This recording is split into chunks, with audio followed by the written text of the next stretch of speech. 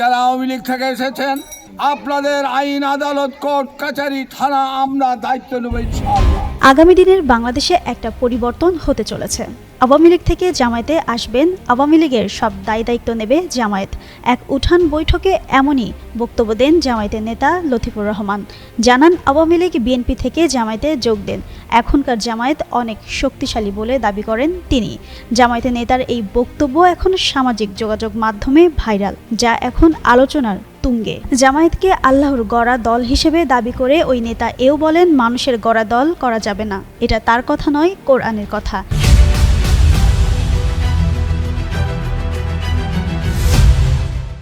এটা ভালো করে খেয়াল করবেন, আল্লাহ বলেছেন, আমি তোমাদের ভালো কাজের মন্দ কাজের যাররা যাররা হিসাব নেব। এমনকি তিনি আইন আদালত কোর্ট কাচারি থানার দায়িত্ব নেবেন বলেও জানান। তবে জামায়াতে যোগ দেওয়ার বিষয়ে জানান, শুধু আওয়ামী লীগ নয়, বিএনপির লোকজনকেও জামায়াতে যোগ দেওয়ার আহ্বান জানিয়েছেন, ইসলামের পথে আসার আহ্বান জানিয়েছেন। গেল মঙ্গলবার বিকেলে চাঁপাইনবাবগঞ্জ সদর উপজেলার ফাটাপাড়া মদনমোড় এলাকার এক উঠান বৈঠক হয়। সেখানে তিনি কথা বলেন। জামায়াতের ওই নেতা চাঁপাইনবাবগঞ্জ ৩ আসনের সাবেক সংসদ সদস্য ও জামায়াতে ইসলামের কেন্দ্রীয় কমিটির সদস্য। আগামী দিনের বাংলাদেশে একটা পরিবর্তন হতে চলেছে।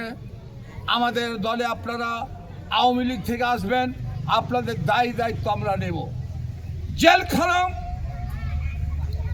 নবাবগঞ্জ থানা, যে কোনো দায়িত্ব আমরা নিব ইনশাআল্লাহ। আপনারা আওয়ামী লীগ থেকে জামাতে জয়েন করেন, আপনারা বিএনপি থেকে জামাতে জয়েন করেন, আপনাদের দায়িত্ব সৈন্য।